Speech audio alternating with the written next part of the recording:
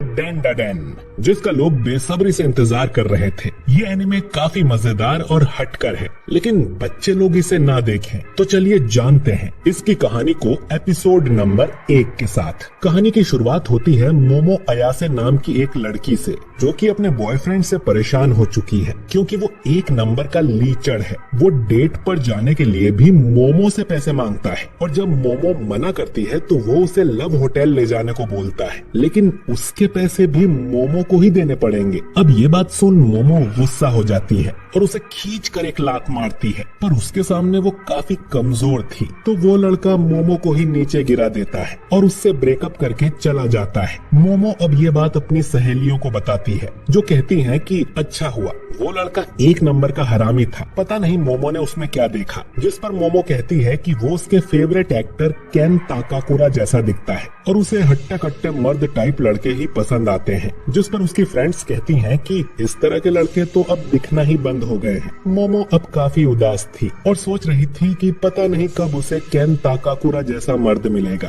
तभी उसकी नजर एक क्लास में जाती है, जहाँ के लड़के एक चश्मिश लड़के को परेशान कर रहे थे और उस पे कागज फेंक रहे थे और वो बस अपनी मैगजीन पढ़ रहा था। मोमो को ये देख अच्छा नहीं लगता। वो उस लड़के की बेंच पर जाकर बैठ जाती है और बाकी लड़कों को घूरने लगती है, जिससे वो लोग कागज फेंकना बंद कर देते हैं। मोमो अब उठकर वापस क्लास से बाहर आ जाती है और सोचती है कि वो अपना गुस्सा किस पर निकाले। तभी वो चश्मिश लड़का मोमो के पास आता है। उसे लग रहा था कि मोमो उसे लाइक करती है, इसीलिए वो उसके पास आकर बैठी थी। मोमो बोलती है कि शायद तुम्हें कोई गलतफहमी हो गई है और मोमो को उसमें जरा सा भी इंटरेस्ट नहीं है। लेकिन फिर वो लड़का मोमो को अपनी मैगजीन के बारे में बताने लगता है कि कैसे यूएफओ और एलियंस सच में होते हैं, लेकिन सरकार इस बारे में कुछ नहीं बताती। लेकिन ऐसे कई सारे सबूत हैं जिनमें यूएफओ को देखा गया है। मोमो बोलती है कि उसे नहीं लगता कि यूएफओ या एलियंस होते हैं, नहीं उसे इनके बारे में कुछ जानना है। इतना कहकर मोमो जाने लगती है, लेकिन फिर भी वो लड़का मोमो के सामने एलियंस के बारे में बड़बड़ करने लगता है। अब मोमो गुस्सा हो जाती है और कहती है कि अपनी बकवास बंद करो,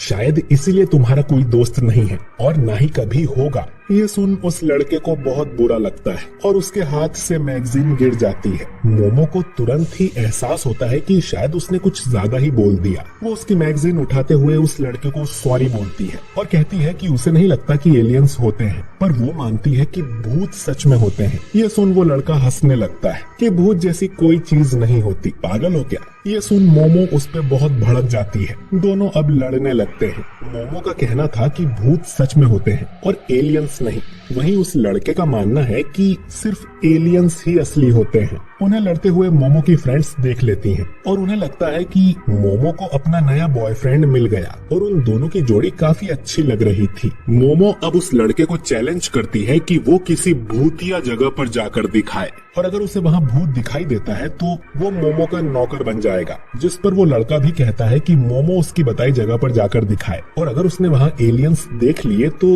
मोमो को उसकी नौकर बनना होगा। दोनों को शर्त मंजूर थी। अब रात के समय मोमो नागी जनरल हॉस्पिटल पहुंच जाती है, जो कि कई सालों से बंद पड़ा था। मोमो ने उस लड़के का निकनेम ओकल्ट कुन या ओकारुन रख दिया था। ओकारुन कॉल पर मोमो को बताता है कि ये हॉस्पिटल एलियंस का अड्डा माना जाता है। अगर वो इसकी छत पर जाएगी तो एलियंस जरूर उसे किडनैप कर लेंगे और उसकी बॉडी के साथ एक्सपेरिमेंट्स करेंगे। मोमो पूछती है कि उसका आज तक किडनैप हुआ कि नहीं, जिस पर ओकारुन बोलता है कि हुआ होगा और शायद एलियंस ने उसकी मेमोरीज मिटा दी होंगी। ओकारुन की बातों से मोमो को साफ पता चल जाता है कि उसने खुद आज तक कोई एलियन या यूएफओ नहीं देखा। खैर, ओकारुन भी मोमो की बताई जगह पर पहुंच गया था, जो कि एक पुरानी टनल है। मोमो कहती है कि ये टनल बहुत ज्यादा भूतिया है, ऐसा उसने ऑनलाइन पढ़ा था। ओकारुन बोलता है कि वो इस टनल में जाकर साबित कर देगा कि भूत जैसी कोई चीज नहीं होती, लेकिन फिर भी उसे डर लग रहा था और वो गाना गाते हुए अंदर जाने लगता है। ओकारुन को भी पता चलता है कि मोमो ने खुद कभी भूत नहीं देखे।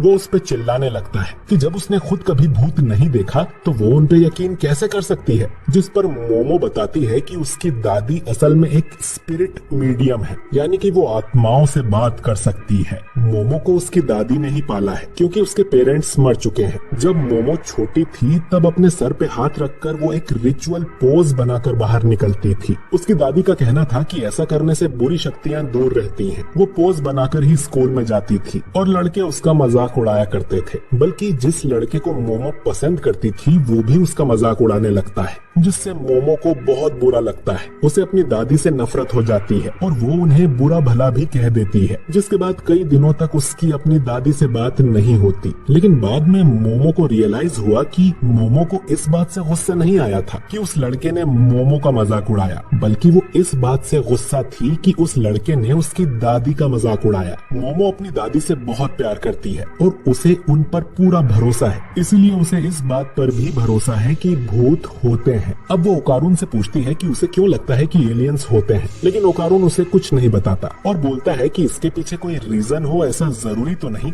खैर, ओकारून को अब टनल में खून के पंजों के निशान दिखने लगते हैं और जब वो पीछे मुड़ता है तो उसे एक डरावनी सी बुढ़िया दिखती है जो कि एक भूत है। अब ओकारून तुरंत गुफा से बाहर भागने लगता है। मोमो उसकी चीखें सुन कहती है कि वो भूत जरूर टर्बो ग्रैनी होगी और ऐसा कहा जाता है कि अगर वो किसी को पकड़ ले तो वो उस पे कर्स लगा देती है। ओकारून भागने की पूरी कोशिश करता है, लेकिन टर्बो ग्रैनी उस तक पहुंच जाती है और ओकारून का कॉल कट हो जाता है। मोमो अब उसकी मदद के लिए यहाँ से निकलने लगती है, लेकिन उसे यहाँ 3 आदमी जैसे रोबोट खड़े मिलते हैं जो कि असल में एलियंस थे। मोमो दूसरी तरफ भागने की कोशिश करती है, लेकिन वो लोग तुरंत ही मोमो को पकड़कर उसके कपड़े फाड़ देते हैं। मोमो को होश आता है तो उसके हाथ पैर बंधे हुए थे। एलियंस उसे बताते हैं कि वो लोग सर्पोइयंस हैं, क्योंकि वो सर्पो प्लेनेट से आए हैं। इनकी जाति में सिर्फ मेल्स ही हैं, क्योंकि ये जनसंख्या बढ़ाने के लिए क्लोन टेक्नोलॉजी का यूज करते हैं। ये भी इंसानों की तरह रिप्रोड्यूस करना चाहते हैं, इसीलिए ये इंसानों के ऑर्गन्स यानी बनाना चुराने यहाँ पर आए हैं। अब ये मोमो के साथ इंटरकोर्स करेंगे और फिर रिसर्च के लिए उसके ऑर्गन्स निकाल लेंगे। मोमो चिल्लाते हुए इनसे कहती है कि उसे जाने दे, लेकिन ये एलियंस अपनी साइकोकिनेसिस पावर का यूज करने लगते हैं ताकि मोमो हिप्नोटाइज हो जाए और इनकी बात माने। लेकिन मोमो दिमागी रूप से काफी मजबूत थी और उस पर इनकी पावर का ज्यादा असर नहीं होता। वो लोग अब एक्सपेरिमेंट शुरू करने वाले थे, लेकिन तभी मोमो का मोबाइल बजने लगता है। एक एलियन जब उस मोबाइल को उठाता है तो उसे जोर की लात पड़ती है और फिर उस मोबाइल में से एक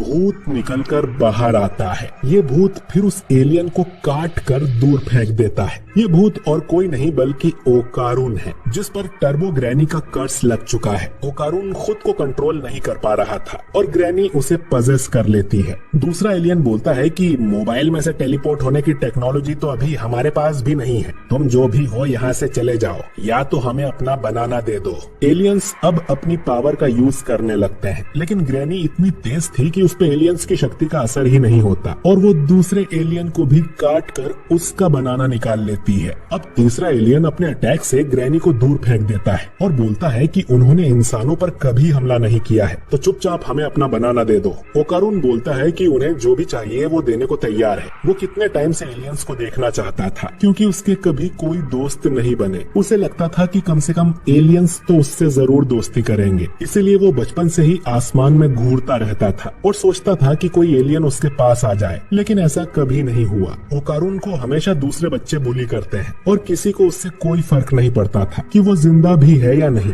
लेकिन फिर मोमो उसकी हेल्प करने आई, इसीलिए वो मोमो को कुछ नहीं होने देगा। तो एलियंस को जो भी करना है ओकारून के साथ करे, लेकिन मोमो को जाने दे और उसके लिए वो मॉन्स्टर बनने को भी तैयार है। इतना कहकर ओकारून का कर्स फिर से उस पे हावी हो जाता है। मोमो भी चिल्लाती है कि इन्हें दिखा दो कि तुम एक असली मर्द हो। वो एलियन फिर से ओकारून पे अटैक करता है और ओकारून तुरंत ही हार मान लेता है। मोमो बोलती है कि ये तो शुरू होते ही खत्म हो गया। एलियन अब फिर से मोमो को हिप्नोटाइज करने लगता है और कहता है कि हमें मेल इंसानों से कोई मतलब नहीं है।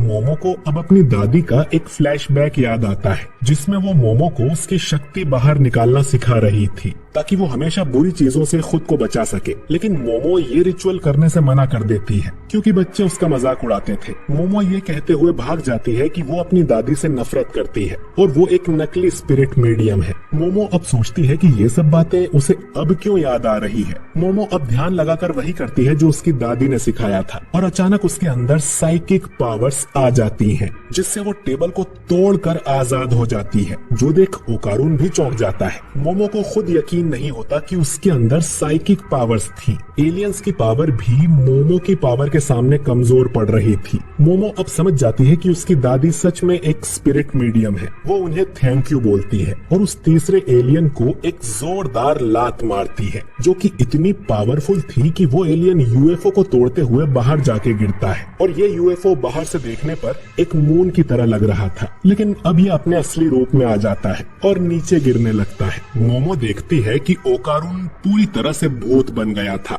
वो मोमो को भी काटने आता है, लेकिन मोमो अपनी पावर से टर्बो ग्रैनी को ओकारून से अलग कर देती है। लेकिन ओकारून पर कर्स अब भी लगा हुआ था। टर्बो ग्रैनी कहती है कि उसने इस लड़के की दोनों गोटियां निकाल ली हैं और जब तक उसके पास गोटियां हैं ओकारून पर कर्स लगा रहेगा। अगर ये ओकारून को कर्स से मुक्ति दिलाना चाहते हैं तो इन्हें ग्रैनी से उसी टनल में आकर लड़ना होगा। इतना कहकर टर्बो ग्रैनी गायब हो जाती है। यूएफओ अब उस हॉस्पिटल की बिल्डिंग से टकरा के नीचे क्रैश हो जाता है, लेकिन मोमो ओकारून को लेके वहाँ से बाहर आ जाती है। दोनों अब गलत और सही साबित हो गए थे, क्योंकि एलियंस भी होते हैं और भूत भी। मोमो को एलियंस ने किडनैप किया और ओकारून को भूत ने कर्स लगा दिया। मोमो के साइकिक पावर की वजह से ओकारून अभी नॉर्मल है। अगर वो अपनी पावर हटा दे तो ओकारून वापस आउट ऑफ कंट्रोल हो जाएगा। ये सुन अब ओकारून उस टनल की तरफ जाने लगता है, क्योंकि उस ग्रैनी को हराने पर ही उसे कर्स से मुक्ति मिल पाएगी। वो अपने कपड़े उतारकर मोमो को दे देता है ताकि उन्हें पहनकर वो अपने घर चली जाए। मोमो कहती है कि वो उसके साथ चलेगी उसकी हेल्प करने के लिए, जो सुन ओकारून कहता है कि वो उसकी मदद क्यों ही करेगी, वो बस एक लूजर है। मोमो उसके कपड़े वापस कर उसके साथ चलने लगती है। ओकारून बोलता है कि फिर भी ये कपड़े तो पहन ही लो, वरना वो ठीक से फोकस नहीं कर पाएगा। ये सुन मोमो के दिल में धक धक होने लगती है, क्योंकि केन ताकाकुरा ने भी एक बार ये लाइन मारी थी। वो अब सोचती है कि उसे तो इस लड़के का नाम तक नहीं पता। वो उसका नाम पूछती है और ओकारून बताता है कि उसका नाम है केन ताकाकुरा। जो सुन मोमो के होश उड़ जाते हैं और उसके पीछे का यूएफओ ब्लास्ट हो जाता है और ये एपिसोड नंबर 1 यहीं पर एंड हो जाता है।